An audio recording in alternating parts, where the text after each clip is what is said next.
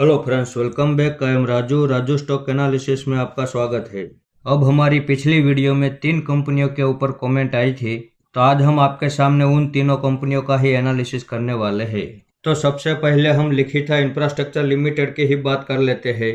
अब लिखिता इंफ्रास्ट्रक्चर का वीडियो हमने 3 महीने पहले बनाया था, तब इसका भाव 250 के पास ट्रेड हो रहा था। अभी ये 200 रुपये के पास ट्रेड हो रहा है। कोई बात नहीं, इसमें हमारा दूसरा सपोर्ट 130 रुपये के पास है। अगर ये गिरावट करके 130 रुपये के पास आता है तो वहाँ पे हम दूसरी एवरेज करने के लिए तैयार है। तो हमें कमेंट करने वाले हमारे व्यूवर्स को हम इतना ही बताना चाहेंगे कि अगर आपने हमारा ये वीडियो नहीं देखा तो आप देख लीजिए। आइए तो अब देखते हैं हमारा अगला स्टॉक, जिसका नाम है बजाज हाउसिंग फाइनेंस लिमिटेड। अब इसके ऊपर भी कमेंट आई तो साथ में इनका भी एनालिसिस कर लेते हैं। अब हमने इस कंपनी के आईपीओ में अप्लाई किया था और हमें आईपीओ भी लगा था, लेकिन लिस्टिंग के दिन ही हमने इसमें प्रॉफिट बुक कर लिया था। अब इसके फंडामेंटल में शेयर होल्डिंग पैटर्न हम देखें तो पब्लिक के पास 9.5% जितनी होल्डिंग हमें यहाँ नजर आ रही है। डीआईएस के पास आधे % जितनी होल्डिंग है। एफआईएस के पास 0.91% जितनी होल्डिंग है और बाकी की सारी होल्डिंग प्रमोटर के पास मौजूद है। अब ये बजाज ग्रुप की कंपनी है और इनके प्रमोटर के लिस्ट में बजाज फाइनेंस का नाम हमें यहाँ पे नजर आ रहा है। इसके आगे इसकी बैलेंस शीट हम देखें तो इस कंपनी के पास 12,852 करोड़ का रिजर्व है। उसके सामने 94,061 करोड़ का कर्ज है। अब ये फाइनेंस कंपनी है तो रिजर्व से ज्यादा कर्ज रहता है, लेकिन इसका डेटा हम कुछ इस तरह से देखेंगे। अब 2020 से लेकर अब तक का रिजर्व का डेटा भी आप देख लीजिए। हर साल इस कंपनी में रिजर्व बढ़कर ही आ रहा है, तो इस हिसाब से इनकी बैलेंस शीट बड़ी पावरफुल और दमदार है। उसके आगे प्रॉफिट एंड लॉस सेगमेंट में हम देखें तो ईयर ऑन ईयर ये कंपनी कंपलसरी प्रॉफिट कर रही है और हर साल इस कंपनी में प्रॉफिट भी बढ़कर आ रहा है। और इस साल इस कंपनी ने जो प्रॉफिट किया है वो अब तक की हिस्ट्री में सबसे हाईएस्ट प्रॉफिट है। तो इनके फंडामेंटल हर तरह से काफी मजबूत और दमदार है। अब इसने 2024 में 188 का ऑल टाइम हाई बनाया था और वहां से लगातार ये डाउन ट्रेंड में चल रहा है और अभी ये 95 रुपये के पास ट्रेड कर रहा है। अब इसके अच्छे फंडामेंटल होने के बावजूद और अच्छे ग्रुप कंपनी होने के बावजूद भी अभी हम यहाँ पे एंट्री नहीं लेंगे। इसमें हमारा जो पहला सपोर्ट निकल कर आ रहा है वो 50 रुपये के पास है और दूसरा सपोर्ट जो है वो 25 रुपये के पास है। तो जब तक ये यहाँ से गिरावट करके 50 रुपये के पास नहीं आ जाता तब तक हम इस कंपनी में वेट एंड वॉच करने वाले हैं। और जिस दिन ये हमारे सही सपोर्ट के पास आएगा उस दिन हम इसमें एंट्री लेंगे और उस दिन आपके सामने इसके टारगेट की बात भी करेंगे।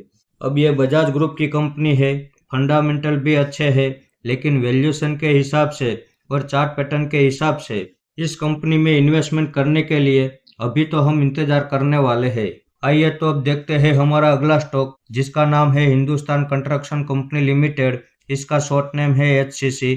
अब इसके ऊपर भी एक कमेंट आई कि हम इनका भी एनालिसिस करके एक वीडियो बनाए, तो चलो साथ में इनका भी एनालिसिस कर लेते हैं। अब इसके फंडामेंटल में शेयर होल्डिंग पैटर्न हम देखें तो पब्लिक के पास 66% जितनी होल्डिंग हमें यहाँ पे नजर आ रही है।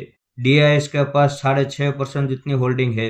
एफआईएस के पास 9.5% जितनी होल्डिंग है। अब प्रमोटर के पास सिर्फ 16.5% जितनी ही होल्डिंग है। तो शेयर होल्डिंग पैटर्न में ये एक बड़ा माइनस पॉइंट है कि प्रमोटर के पास बहुत ही कम होल्डिंग है और ज्यादातर होल्डिंग पब्लिक के पास है। तो शेयर होल्डिंग पैटर्न में ये एक बहुत माइनस पॉइंट माना जाता है। इसके आगे इसकी बैलेंस शीट हम देखें तो इस कंपनी के पास 910 करोड़ का रिजर्व है। उसके सामने 1610 करोड़ का कर्ज है। तो इस कंपनी के पास रिजर्व से ज्यादा कर्ज है। इसके आगे प्रॉफिट एंड लॉस सेगमेंट में हम देखें तो 2020 से पहले ये कंपनी कंपलसरी लॉस कर रही थी, लेकिन 2020 के बाद अब ये कंपनी प्रॉफिट कर रही है। तो जैसे आपने देखा कि इसके फंडामेंटल में पब्लिक के पास ज्यादा होल्डिंग है, इस हिसाब से हमारी नजर में इसके फंडामेंटल में कहीं कोई मजबूती नहीं है। अब 1996 से लेकर अब तक का चार्ट आप देख सकते हैं। अब इसने 2008 में 99 रुपये का ऑल टाइम हाई बनाया था और वहां से लगातार अभी ये डाउन ट्रेंड में ही चल रहा है। तो 2008 के बाद एक बार भी इसने अपने पिछले ऑल टाइम हाई को ब्रेक नहीं किया है। तो फंडामेंटल के हिसाब से और इसके चार्ट के टेक्निकल पैटर्न के हिसाब से और वैल्यूएशन के हिसाब से हमारे इन तीनों पैरामीटर में ये कहीं पर भी मैच नहीं हो रहा है। तो इस कंपनी से हम दूर ही रहने वाले हैं।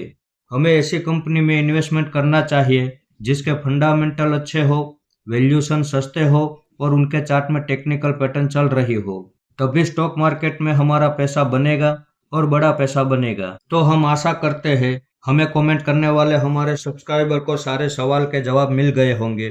फिर भी अगर कोई डाउट हो तो आप फिर से हमें कमेंट कर सकते हैं। तो इस वीडियो को आप मेरी ओर से बाइंग या सेलिंग के रिकमेंडेशन ना समझे, ये मेरा पर्सनल व्यू है जो मैं आपके सामने शेयर कर रहा हूँ। ऐसे ही अच्छे अच्छे टेक्निकल और फंडामेंटल वाले स्टॉक मैं आपके सामने लाता रहूंगा। आपने यहाँ तक मेरा वीडियो देखा उसके लिए आपका बहुत बहुत धन्यवाद।